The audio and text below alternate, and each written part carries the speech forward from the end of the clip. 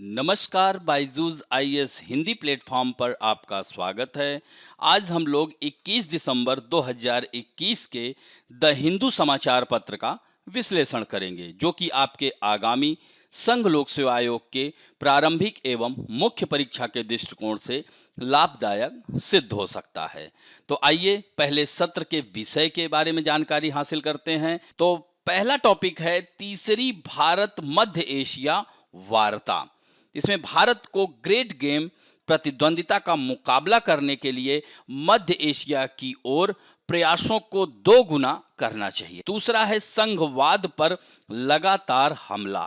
तो संघवाद है क्या, इसके समक्ष वर्तमान में चुनौतियां क्या क्या हैं, इन सब की जानकारी हासिल करेंगे। बढ़ती असमानता का क्या मतलब है, यानी आर्थिक असमानता। यानी आप कह सकते हैं कि इस महामारी में अरबपतियों की संख्या बढ़ी है।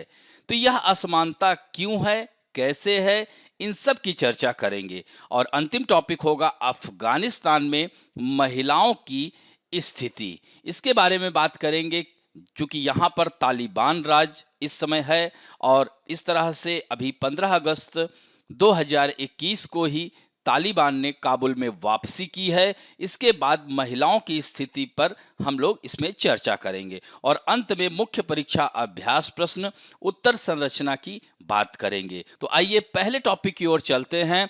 पेज नंबर 6 पे दिया गया है। इसको जीएस के सेकंड पेपर यानी अंतरराष्ट्रीय संबंध से जोड़ सकते हैं। इसमें दिया गया है तीसरी भारत मध्य एशिया वार्ता है। तो भारत को ग्रेट गेम सिद्धांत का मुकाबला करने के लिए मध्य एशिया यानी सेंट्रल एशिया, इसमें कौन कौन से देश आएंगे? तो इसमें सेंट्रल एशिया में जैसे कजाकिस्तान, तुर्कमेनिस्तान, उज्बेकिस्तान, यह सब देश आएंगे, किर्गिस्तान। तो इनमें जो है इनके साथ संबंधों को और बढ़ावा देने की बात की गई है और यह विदेश मंत्रियों की बैठक थी। यह तीसरी बैठक थी और नई दिल्ली में आयोजित की। तो भारत इन 3 बैठकों में 2 बार यह कह सकते हैं मेजबानी कर चुका है। तो इस तरह से यह महत्वपूर्ण यहाँ पर हो जाता है कि यह मध्य एशिया के विदेश मंत्रियों ने नई दिल्ली को क्यों चुना, क्योंकि मध्य एशिया में भारत की पहुंच कई दशकों से साउथ ब्लॉक द्वारा उपेक्षित क्षेत्र को पारस्परिक रूप से बदला जा रहा है। यानी पहले यह उपेक्षित था, अब दोनों कह सकते हैं सेंट्रल एशिया और भारत के मध्य संबंधों को और बढ़ावा देने के लिए यह नई दिल्ली का विकल्प चुना गया है। यह देश जैसे अपना भारत यहाँ पर आप देख सकते हैं, पड़ोस में ही बीच में अफगानिस्तान पड़ता है। तो यह देश है कजाकिस्तान जैसे मध्य एशिया में सबसे बड़ा देश है, सबसे बड़ा स्थल अवरुद्ध देश है और एक तरह से कह सकते हैं कि ये सभी देश स्थलों से अवरुद्ध हैं।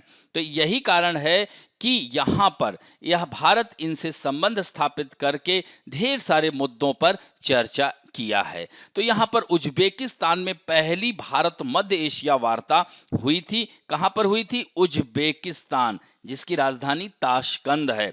तो भारत ने वर्ष 2020 में भारत मध्य एशिया वार्ता की दूसरी बैठक की मेजबानी की थी और हाल ही में नई दिल्ली में की। तो इसमें भारत और मध्य एशिया देशों में कौन कौन से हो गया? भारत तो है ही, उज्बेकिस्तान है और तुर्कमेनिस्तान है, तजाकिस्तान है, किर्गिस्तान है और कजाकिस्तान के बीच एक मंत्र स्तरीय वार्ता है। तो यानी शीत युद्ध के पश्चात 1991 में यूएसएसआर के पतन के बाद, यह कह सकते हैं विखंडन के बाद, सोवियत संघ के यह सभी 5 राष्ट्र स्वतंत्र गणराज्य या राज्य बने। तो तुर्कमेनिस्तान यहाँ पर आप देख सकते हैं, यहाँ पर यह तुर्कमेनिस्तान है। इसके अलावा यह सभी राष्ट्र एससीओ के सदस्य हैं। इवन अपना भारत भी संघाई सहयोग संगठन का सदस्य है। इसके साथ साथ पाकिस्तान भी है। तो यहाँ पर यह तो रहा वार्ता की। अब इसके जो वार्ता के प्रमुख बिंदु क्या थे?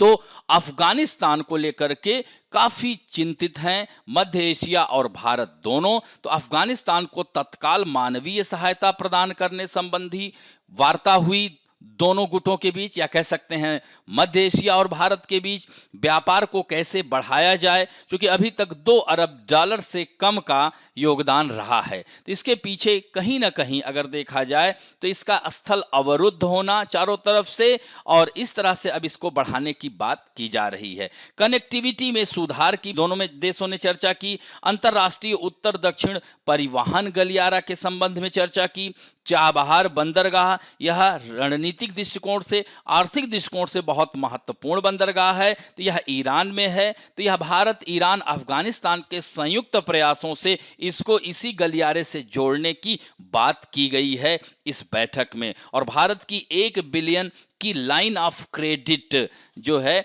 यह भारत पहले ही पिछले वर्ष ही दे चुका है लाइन ऑफ क्रेडिट। और पारंपरिक, ऐतिहासिक, सांस्कृतिक संबंध और महामारी के बाद जो वैक्सीन की बात, यानी वैक्सीन प्रमाण पत्र, और इस तरह से वैक्सीन प्रमाण पत्र मिलने के बाद पर्यटन की पुनर्बहाली, आतंकवाद, विज्ञान और प्रौद्योगिकी, सोलर पैनल और अन्य मुद्दों पर बातचीत हुई। तो इसमें महत्वपूर्ण है इसको, जैसे अफगानिस्तान को तत्काल मानवीय सहायता प्रदान करना। तो भारत और मध्य एशियाई देश अफगानिस्तान पर व्यापक क्षेत्रीय सहमति साझा करने पर सब बिंदुओं पर चर्चा हुई। और इसी तरह से आतंकवाद, कट्टरता, नशीले पदार्थों और शरणार्थियों के खतरे के बारे में यह दोनों कह सकते हैं भारत और मध्य एशियाई देश चिंतित हैं, क्योंकि अफगानिस्तान में इस तरह से कह सकते हैं कि नशीले पदार्थों, अफीम का प्रमुख उत्पादक देश भी है, और अफगानिस्तान की धरती को आतंकवादी हमलों की योजना बनाने के लिए नहीं प्रयोग किया जाना चाहिए। इन सब बिंदुओं पर चर्चा हुई और तत्काल मानवीय सहायता प्रदान करने की भी बात दोनों गुटों ने की। हालांकि भारत के विपरीत अधिकांश मध्य एशियाई गणराज्य, जिसे CAR कहते हैं, सेंट्रल एशिया रिपब्लिक, तालिबान शासन के साथ द्विपक्षीय वार्ता भी कर रहे हैं। उज्बेकिस्तान और तुर्कमेनिस्तान ने वहां मिशन फिर से खोल दिए हैं। तो इस तरह से व्यापार को बढ़ाना, यानी भारत और मध्य एशिया के बीच लंबे समय से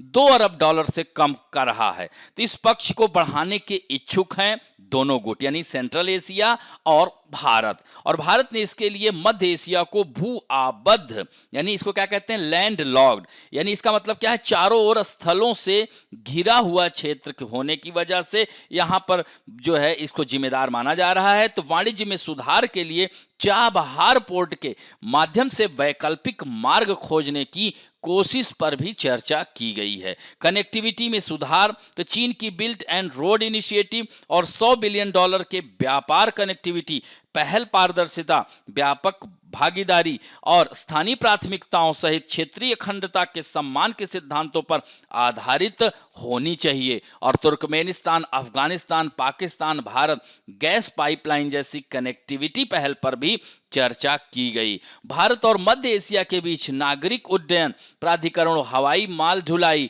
और विमानन कंपनियों की भागीदारी के साथ भारत एयर कॉरिडोर पर भी एक संवाद आयोजित करने को इच्छुक है। और अंतर्राष्ट्रीय उत्तर दक्षिण गलियारा, तो इसके तहत जो है, याद रखिएगा, अशखाबाद समझौता, अशखाबाद समझौते के सर्वोत्तम उपयोग पर इन दोनों गुटों ने चर्चा किया है। यानी कह सकते हैं कि उत्तर दक्षिण गलियारा जो है, इसको कह सकते हैं अंतर्राष्ट्रीय उत्तर दक्षिण परिवहन गलियारा के साथ साथ अंतर्राष्ट्रीय परिवहन, यानी इंटरनेशनल ट्रांसपोर्ट और पारगमन गलियारे पर अशखाबाद समझौते के सर्वोत्तम उपयोग पर चर्चा किया गया। और चाबहार को भी इससे कनेक्ट करने की बात की गई है, क्योंकि चाबहार बहुत ही महत्वपूर्ण है रणनीतिक दृष्टिकोण से और आर्थिक दृष्टिकोण से भी।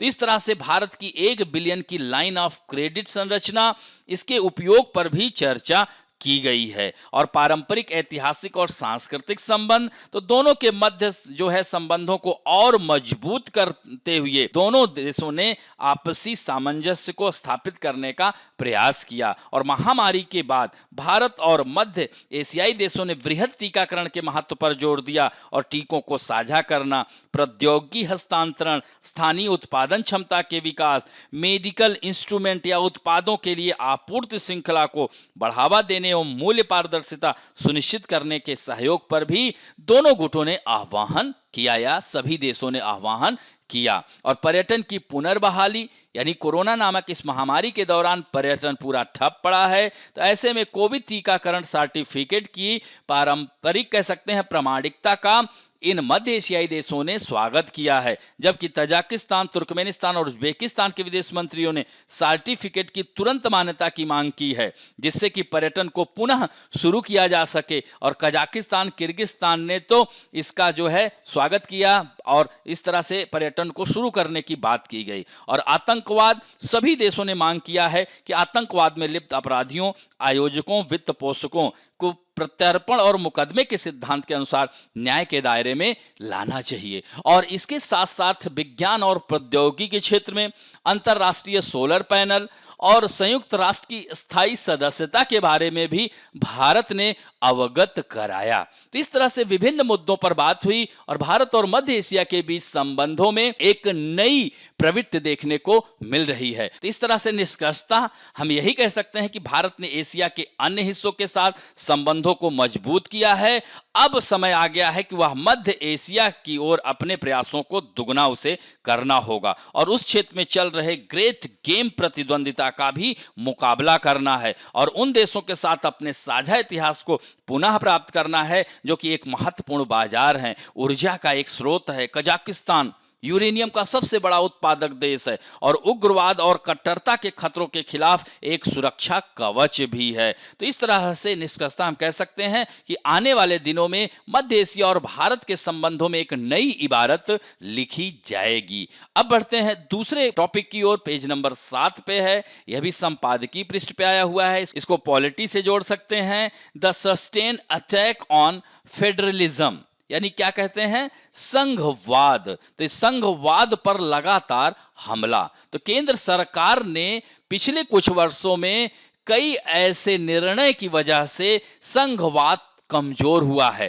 तो केंद्र सरकार की यहां आलोचना की जा रही है, विशेष रूप से राजकोषीय संघवाद। तो कई ऐसे निर्णय हैं जो कि बिना राज्य की अनुमति के ही केंद्र ने लागू कर दिया, अध्यादेश का प्रयोग कर दिया। अब यहां पर आपके दिमाग में आ रहा होगा कि अध्यादेश, तो अध्यादेश का मतलब ही होता है अनुच्छेद 123 के अंतर्गत, यानी राष्ट्रपति जब संसद सदन में नहीं होती है तो ऐसी परिस्थिति में राष्ट्रपति अनुच्छेद 123 के तहत अध्यादेश जारी कर कानून पारित कर सकता है। लेकिन जब संसद सत्र में आती है तो अब यह संसद के ऊपर डिपेंड करता है कि वह कानून को आगे बढ़ाए या उसे रद्द करे। तो यह जो है महत्वपूर्ण, तो कई ऐसी बातों पर उसने अध्यादेश जारी किया जिसकी वजह से कह सकते हैं कि संघवाद कहीं ना कहीं कमजोर पड़ा है।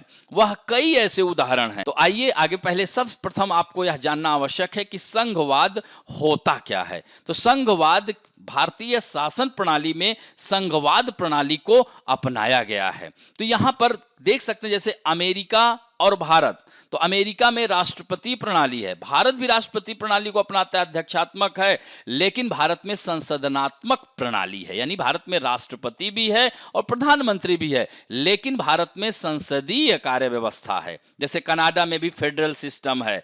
तो संघवाद की आवश्यकता देश की परिस्थितियों व जनसंख्या वृद्धि के कारण, कार्यभार में वृद्धि के कारण केंद्र के भार को कम करने के लिए राज्यों को शक्तियों का बंटवारा कर दिया गया है, इसीलिए इसको संघवाद कहा जाता है। तो इस तरह से कह सकते हैं कि संघवाद सरकार का वह रूप है जिसमें शक्ति का विभाजन आंशिक रूप से केंद्र सरकार और राज्य सरकार अथवा क्षेत्रीय सरकारों के मध्य होता है। संघवाद संवैधानिक तौर पर शक्ति को साझा करता है क्योंकि इसमें स्वशासन और साझा शासन की व्यवस्था होती है। तो आजादी के उपरांत से लेकर अब तक भारतीय संघवाद का स्वरूप बदलता रहा है। भारतीय राजनीति में कई ऐसे परिवर्तन हुए जिससे संघीय प्रणाली को कई स्तरों पर प्रभावित किया और इसके कारण देश में संघवाद के अलग अलग चरण देखने को मिलते हैं। जैसे अगर हम बात करें 1950 से 1967 तक, तो पूरे देश में चूंकि कांग्रेस का शासन रहा तो योजना आयोग, राष्ट्रीय विकास परिषद जैसे संस्थानों ने केंद्र के महत्व को बढ़ा दिया था। तो इस तरह से कह सकते हैं कि एक समय एक दलीय आधिपत्य ने शक्ति के केंद्रीकरण को बहुत ज्यादा बढ़ा दिया, इसलिए इसे केंद्रीकृत संघवाद का काल कहा जा सकता है। किसको? 1950 से 1967 को। इसी तरह से 1967 से 1971, तो 1971 तक का जो काल है कमजोर केंद्र, कमजोर राज्यों वाले संघ का चित्र प्रस्तुत करता है, क्योंकि केंद्र में बटी कांग्रेस सशक्त नेतृत्व की तलाश में थी, तो राज्यों में साझा सरकारें जीवित रहने के लिए प्रयासरत थी। तो केंद्र और राज्यों के बीच विभिन्न विवादों के बावजूद दोनों ही अपनी अपनी कमजोरियों और मजबूरियों के कारण एक दूसरे से टक्कर लेने की स्थिति में नहीं थी। तो इस तरह से कह सकते हैं कि इस काल को कुछ लोगों ने सहयोगी संघवाद की जो है अवधारणा दी।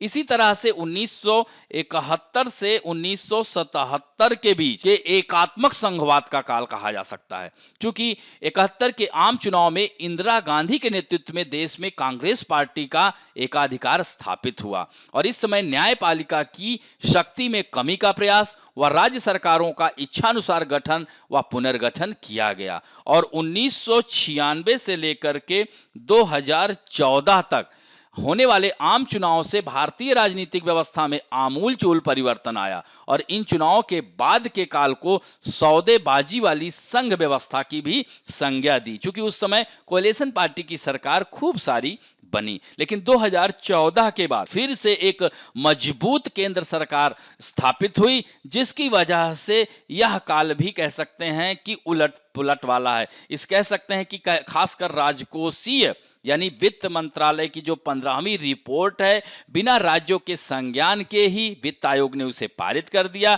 इस पर ही जैसे जीएसटी मुद्दा हो गया, जैसे बहुत सारे बिल हुए बिना चर्चा हुए ही पारित कर दिए गए, जैसे महामारी के दौरान, तो इन सब मुद्दों की वजह से केंद्र को कटघरे में ला दिया है। क्योंकि 7वीं अनुसूची में क्या दिया गया है, तो हमारे संविधान की 7वीं अनुसूची में समवर्ती सूची, केंद्र सूची, राज्य सूची, और तो इस तरह से केंद्र का केंद्र देखेगा, राज्य का राज्य, और समवर्ती सूची में केंद्र और राज्य दोनों, और ऐसे में केंद्र का पलड़ा भारी होता है।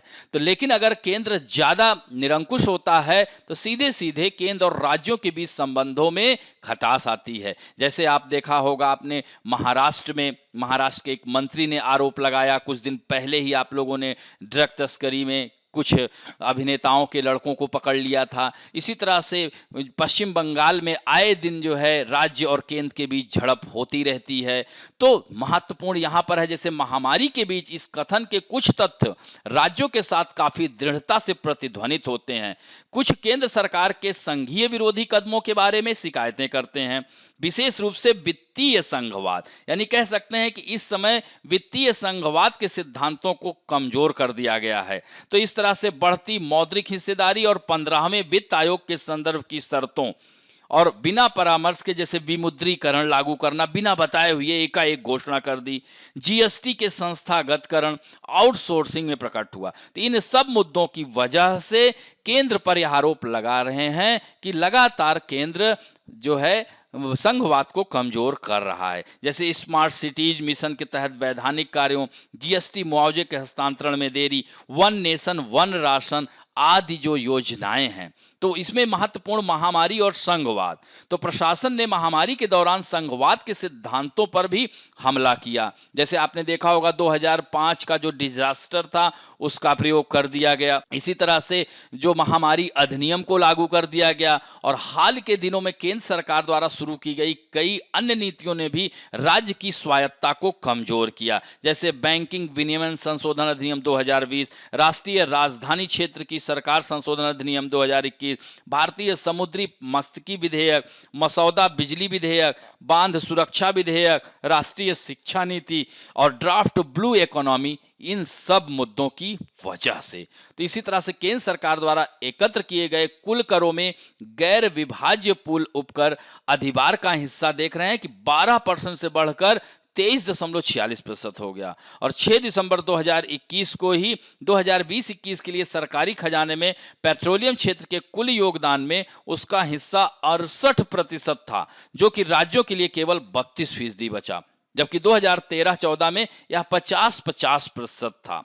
तो महामारी के दौरान यही कह सकते हैं कि केंद्र सरकार ने जीएसटी शासन के तहत राज्यों को मुआवजा की गारंटी का बार बार उल्लंघन किया है और राज्यों को उनके बकाया का भुगतान करने में देरी से आर्थिक मंदी का प्रभाव और खराब हो गया। लॉकडाउन लगा दिया गया और इस तरह से राज्य के ऊपर भार बढ़ गया। फिर राज्य जो है केंद्र से उधार लेने लगे और वहां पर आर्थिक स्थिति पूरी तरह से चरमरा गई। इसके कुछ उपाय हैं। तो संविधान के कामकाज की समीक्षा के लिए राष्ट्रीय आयोग द्वारा अनुशंसित राज्यों को समवर्ती सूची, मैंने बताया था ना, कि तहत कानून के क्षेत्रों में संघ और राज्यों के बीच परामर्श को अनिवार्य और सुविधाजनक बनाने के एक औपचारिक संस्थागत ढांचे के निर्माण की मांग करनी चाहिए।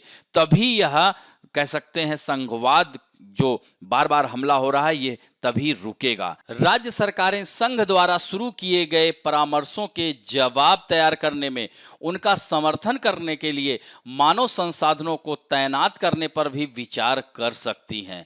विशेष रूप से संघवाद के कोण पर ध्यान केंद्रित करते हुए केवल संकट की स्थिति में एक दूसरे तक पहुंचने के लिए बजाय मुख्यमंत्रियों को इस मुद्दे पर नियमित जुड़ाव के लिए मंच बनाने का भी प्रयास करना चाहिए। केरल के पूर्व वित्त मंत्री थॉमस इसाक ने 15वें वित्त आयोग के संदर्भ की शर्तों पर चर्चा के शुरुआती चरणों के दौरान विभिन्न राज्यों के वित्त मंत्रियों को कहा कि इस पर जो है वह लोग आएं और इसकी रिपोर्ट पर चर्चा करें। इसी तरह के प्रयासों की आवश्यकता है और यह 2027 तक जीएसटी मुआवजे के विस्तार और करों के विभाज्य पूल में उपकर को शामिल करने जैसी प्रमुख मांगों की वकालत में महत्वपूर्ण होगा। तो ये सब उपाय किए जा सकते हैं। तो इस तरह से निष्कर्षतः हम यही कह सकते हैं कि केंद्र सरकार को कानून बनाने की प्रक्रिया के हिस्से के रूप में राज्यों के साथ प्रभावी परामर्श की सुविधा के लिए संसाधनों का निवेश करने की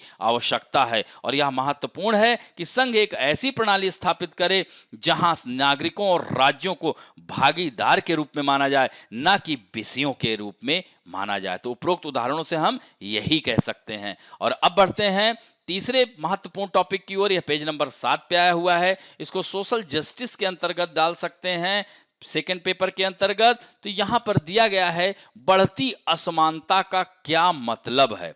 यानी कह सकते हैं कि इस महामारी के दौरान अर्थव्यवस्था में या कह सकते हैं अरबपतियों की संख्या बढ़ी है और यह एक तरह से देखा जाए तो काफी असमानता भरा, यानी पुनर्वितरण उपाय अप्रभावी रहे हैं और आय और धन के संचय को हतोत्साहित करने वाली कोई नीति नहीं है। तो कोविड-19 की वजह से कह सकते हैं कोविड-19 महामारी ने अमीर और गरीब के बीच गहरी खाई को उजागर कर दिया है। तो इस समय असमानता की स्थिति का मूल्यांकन विभिन्न क्षेत्रों में प्रचलित आय धन के विभाजन पर एक आंख खोलने का कार्य कर रहा है। तो इस तरह के विभाजन को आबादी के निचले 50% की तुलना में शीर्ष 10% आबादी के बीच आय धन के हिस्से के रूप में दर्शाया जाता है। तो आय के संबंध में अगर बात करें तो वैश्विक जनसंख्या का शीर्ष 10% कुल आय का 52% हिस्सा है, जबकि निचला आधा केवल 8.5 के साथ जीवित रहता है। तो यह वितरण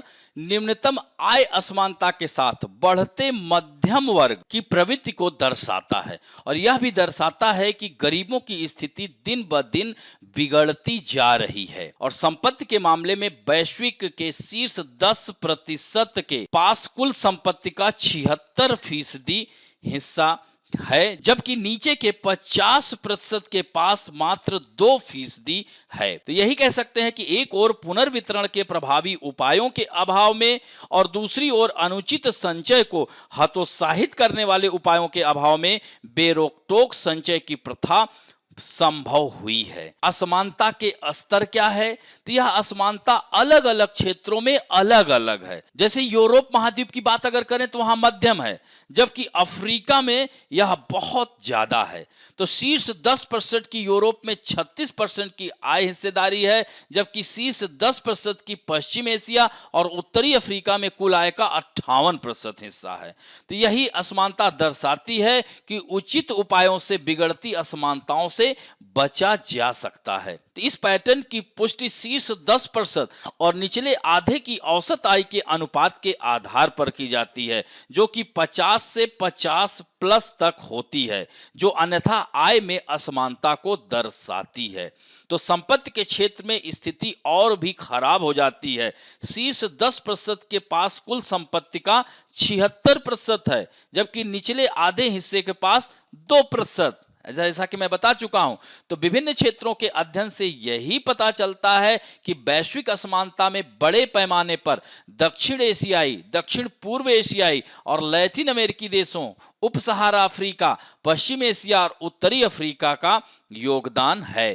तो इसका मतलब यही है कि हम 50% आबादी को 15 से 20 गुना तक विशेषाधिकार प्राप्त लोगों के मुकाबले वंचित रख रहे हैं। और किसी को आश्चर्य होता है कि क्या धन का ऐसा अनुपातहीन वितरण लंबे समय तक टिकाऊ रहेगा। तो इस तरह से अमीर देश, गरीब सरकारें, तो दुनिया भर में धन संकेंद्रण और आय के अंतर स्तरों के इस प्रचलित पैटर्न के परिणाम स्वरूप अमीर देशों में गरीब सरकारें भी हैं। वास्तव में बहुत सी सरकारें बहुत सीमित संसाधनों के साथ अपेक्षाकृत गरीब हैं, क्योंकि संसाधन धीरे धीरे किसके हाथों में जा रहा है? निजी हाथों में जा रहे हैं। यही कारण है जैसे नक्सलवाद, उग्रवाद समस्या भी उभर कर आती है। तो ऐसी स्थिति के दो ही आधार होते हैं। एक तो सरकारों के पास असमानता से बचने के उपायों पर कार्रवाई करने की सीमित क्षमता होती है, इच्छा शक्ति की कमी होती है। दूसरा है निजी हित धन की वितरणात्मक निष्पक्षता पर हावी हो जाते हैं। और दुनिया में अरबपतियों की संख्या में वृद्धि हुई है, जबकि अरबों के पास सभ्य जीवन के लिए साधन नहीं है। यानी लोगों कह सकते हैं कि इस महामारी में बहुत लोग कह सकते हैं कि इस महामारी से नहीं, इवन भूखों मर गए। तो वर्ल्ड इनइक्वालिटी रिपोर्ट 2022 कहती है कि बीते 40 सालों में देश अमीर होते गए, लेकिन वहां की सरकारें गरीब होती गईं। भारत के संदर्भ में अगर बात किया जाए तो 57% इनकम पर देश के टॉप 10% लोग काबिज हैं, वहीं देश के 22% इनकम पर 1% लोग काबिज हैं। तो वहीं देश में नीचे से 50% लोगों की इनकम में हिस्सेदारी घटकर 13% खासकर इस महामारी के दौरान हुई है। तो वर्ल्ड इनइक्वालिटी रिपोर्ट 2022 के मुताबिक बीते 3 सालों में सरकार द्वारा जारी किए जाने वाले असमानता के आंकड़ों की क्वालिटी में बहुत गिरावट आई है, जिसके चलते असमानता में आए बदलावों को समझने में भारी दिक्कतें आ रही हैं। अब बढ़ते हैं, महत्वपूर्ण है पेज नंबर 6 पे, इसको इंडियाज नेबरहुड यानी भारत के पड़ोसी देश for Afghan women it's the great regression. तो यानी यह कह सकते हैं कि अफगान महिलाओं के लिए यह महान प्रतिगमन है, यानी कह सकते हैं उनके विकास का फिर से वह वापस उसी गड्ढे में वापस जा रही हैं। तो तालिबान के तहत उन्होंने 20 वर्षों में विशेष रूप से शिक्षा और रोजगार में जो लाभ कमाया उसका क्षय हो रहा है। तो 15 अगस्त 2021 को तालिबान सरकार फिर से अफगानिस्तान में काबिज हो गई, लेकिन उसके कुछ नेताओं ने कहा कि इस बार वह महिलाओं के हक की बात करेंगे, उनके अधिकारों की बात करेंगे, स्वतंत्रता का सम्मान करेंगे। लेकिन वास्तव में प्रत्येक बीतता दिन अफगानिस्तान में महिलाओं और लड़कियों के लिए रोज नित नए एक बुरे खबर ला रहा है। तो फरमान यही जारी किया है सत्ता में आने के बाद तालिबान ने महिलाओं के लिए नई आचार संहिता जारी करने और उनकी गतिशीलता को प्रबंधित करने और उनकी गतिशीलता को प्रतिबंधित करने और उनकी स्वतंत्र इच्छा को छीनने के लिए काफी तेज हो गई है। तो यह कह सकते हैं वैधता स्थापित करने के लिए तालिबान महिलाओं के अधिकारों और स्वतंत्रता का सम्मान करने की कसम खाकर दुनिया के सामने खुद की एक उदार छवि पेश करने के लिए वह अपने रास्ते से तालिबान हट गया है। यह कह सकते हैं तालिबान ने अनिवार्य किया है कि महिलाएं ऐसे कपड़े पहने जो उनके बालों, शरीर और अधिकांश चेहरे को पूरी तरह से ढके हों। तालिबान ने यह भी निश्चित कर दिया है कि महिलाओं को अपने घर से बाहर निकलते समय पुरुष संरक्षक को रखना होगा, जबकि 1990 के दशक के शासन के पुराने आदेश के अनुरूप है। तो इस तरह से कई ऐसे कानून, कोई स्कूल नहीं है, शिक्षा का कोई प्रबंध नहीं है। तालिबान ने बार बार महिलाओं को शिक्षा और रोजगार तक पहुंच का आश्वासन दिया है, लेकिन यह सब ठंडे बस्ते में डाल दिया है। तो इस तरह से महिलाओं के साथ अलग व्यवहार करने के अपने वादे का एक महत्वपूर्ण हिस्सा है। इसके बजाय कई महिलाएं अब नौकरी के लिए हैं, उन्हें काम से दूर रहने को कहा है। और इस तथ्य के बावजूद पिछली नागरिक प्रशासन के तहत सरकारी नौकरियों में महिलाओं की संख्या 27% से अधिक थी, लेकिन तालिबान ने आगे बढ़कर इन महिला सरकारी कर्मचारियों को काम पर लौटने से मना कर दिया है, इवन प्रतिबंध लगा दिया है। अब उनकी जगह पुरुषों की भर्ती की जा रही है। सोचिए, तो इस तरह से नई तालिबान सरकार में केवल पुरुष अधिकारी हैं जो अब सभी निर्णय लेने के लिए जिम्मेदार हैं, जिसमें महिलाओं से संबंधित अधिकार भी शामिल हैं। इसी तरह से शिक्षा के क्षेत्र में तालिबान ने शिक्षा मंत्रालय ने कक्षा 6 से 12 तक के पुरुष छात्रों और शिक्षकों के लिए एक आदेश जारी किया है, जिसमें स्कूली छात्राओं के बारे में कोई उल्लेख ही नहीं किया है। तो बीबीसी की हालिया रिपोर्ट में यही बताया गया है कि तालिबान के एक शीर्ष अधिकारी ने पुष्टि की है कि लड़कियों के माध्यमिक विद्यालय में जाने पर प्रतिबंध रहेगा। शिक्षक प्राथमिक विद्यालयों में लड़कियों की उपस्थिति में चिंताजनक गिरावट की भी रिपोर्ट कर रहे हैं, लेकिन लिंग के आधार पर वर्गों को अलग करना कहानी का एक पहलू है। लेकिन लड़कियों से उनकी शिक्षा का अधिकार पूरी तरह से छीन लेना उन्हें अपने साथ उन्हें गरीबी और पिछड़ेपन की ओर धकेलने का गंभीर जोखिम लेकर आता है। और यह अतीत में अफगान महिलाओं द्वारा हासिल की गई प्रगति बहुत अच्छी तरह से प्रभावित कर सकता है, जहां शिक्षा में महिलाओं की भागीदारी 65% हो गई थी, जिसमें कई लड़कियां स्कूल में हजारों विश्वविद्यालय में थी। अभी पिछले साल का ही 9.5 मिलियन छात्रों में 39% लड़कियां थीं। तो इन लड़कियों को स्कूल कब लौटने दिया जाएगा, या उन्हें बिल्कुल भी लौटने दिया जाएगा, या कह सकते हैं बिल्कुल भी लौटने नहीं दिया जाएगा, यह प्रश्न अनुत्तरित रहते हैं। तो इस तरह से आप देख सकते हैं एक विशेष फरमान अभी 3 दिसंबर को जारी किया है तालिबान ने, कि महिलाओं के अधिकारों पर एक विशेष फरमान दिया है। उसमें कहा है कि जिसमें अफगान महिलाओं के लिए विवाह और संपत्ति को नियंत्रित करने वाले नियमों को रेखांकित किया गया है। तो इसमें यह उदाहरण के लिए किसी भी बिंदु पर फरमान स्पष्ट रूप से बाल विवाह के व्यापक मुद्दे के बारे में बात ही नहीं कर रहा है। तालिबान के सत्ता में आने से पहले से ही प्रचलित है, जो कि और अंतर्राष्ट्रीय समुदाय के लिए यह चिंता का विषय है। यूनिसेफ के एक अनुमान के मुताबिक 15 से 49 वर्ष की आयु की 28% अफगान महिलाओं की शादी की जो उम्र है 18 वर्ष से पहले कर दी गई थी। यह संख्या केवल कोविड-19 महामारी और चल रहे खाद्य संकट, सर्दियों की शुरुआत और राजनीतिक अस्थिरता के साथ बढ़ी है। तो फरमान में इस अर्थ में अस्पष्टता के स्तर भी शामिल दिखाई दे रहे हैं। इसमें वयस्क महिलाओं के रूप में वर्गीकृत कैसे किया जाए, यह सब बताया ही नहीं गया है। लेकिन इससे भी ज्यादा परेशान करने वाली बात यह है कि फरमान ने महिलाओं के सभी अधिकारों को केवल शादी के संदर्भ में संक्षेप में प्रस्तुत किया है, जिसमें तालिबान की सोच और महिलाओं के बारे में एक महत्वपूर्ण अंतर्दृष्टि प्रदान की गई है। जैसे यह फरमान शिक्षा या रोजगार तक महिलाओं की पहुंच के बारे में कुछ भी उल्लेख करने में विफल है, ऊपर हमने बताया ही है। और इसी के साथ साथ सेवाओं का विलोपन, तो लिंग आधारित हिंसा सबसे व्यापक समस्याओं में से एक है। अध्ययनों से यही पता चला है कि 87% अफगान महिलाएं कम से कम एक प्रकार की हिंसा का अनुभव करती हैं, शारीरिक, यौन या मनोवैज्ञानिक, और लगभग 62% कई रूपों का अनुभव करती हैं। लेकिन तालिबान के देश पर कब्जा करने से पहले लिंग आधारित हिंसा से कई महिलाओं और लड़कियों के पास आश्रयों और चिकित्सा उपचार, मनोवैज्ञानिक सहायता, मुफ्त कानूनी प्रतिनिधित्व जैसी आवश्यक सेवाओं तक पहुंच थी, लेकिन अब यह असंभव दिख रही है। तो इस तरह से कह सकते हैं कि तालिबान के तहत आश्रयों को बंद किया जा रहा है, बंदियों को जेल से रिहा किया जा रहा है, जिसमें लिंग आधारित हिंसा से संबंधित अपराधों के दोषी लोगों में से कई शामिल हैं। तो इस तरह से अगर वो बाहर आएंगे, जिन लोगों ने उनके ऊपर दोष लगाया था, उनके साथ अमानवीय व्यवहार कर सकते हैं। तो तालिबान सरकार ने महिला मंत्रालय को पुण्य के प्रचार प्रसार और बुराई की रोकथाम के लिए मंत्रालय के साथ इसको बदल दिया है। तो महिलाओं के खिलाफ हिंसा का उन्मूलन 2009 एक कानून जो था उसको और जबरदस्ती की शादी, यह सब में परिवर्तन किया जा रहा है। इस प्रकार इन उदाहरणों से हम यही कह सकते हैं कि काबुल में सत्ता में रहने के 4 महीनों के भीतर कट्टर इस्लामी समूह ने कठोर नीतियां अपनाई हैं जो अफगानिस्तान में महिलाओं के अधिकारों और स्वतंत्रता को सीमित करती हैं, जैसे ड्रेस कोड, एक बार शिक्षा और रोजगार, घरेलू क्षेत्र में कारावास और सेवाओं तक पहुंच में कमी।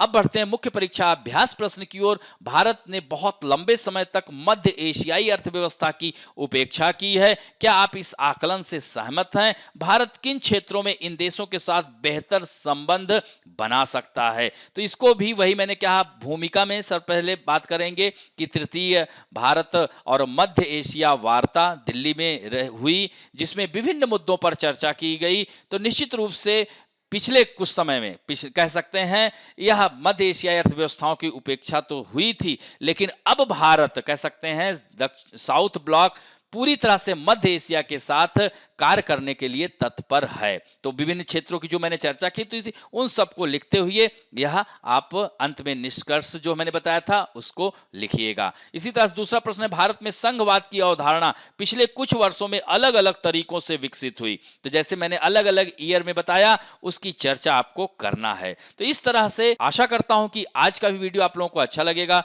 और अच्छा लगे तो प्लीज लाइक, शेयर, सब्सक्राइब और बेल आइकन दबाना ना भूलें। धन्यवाद।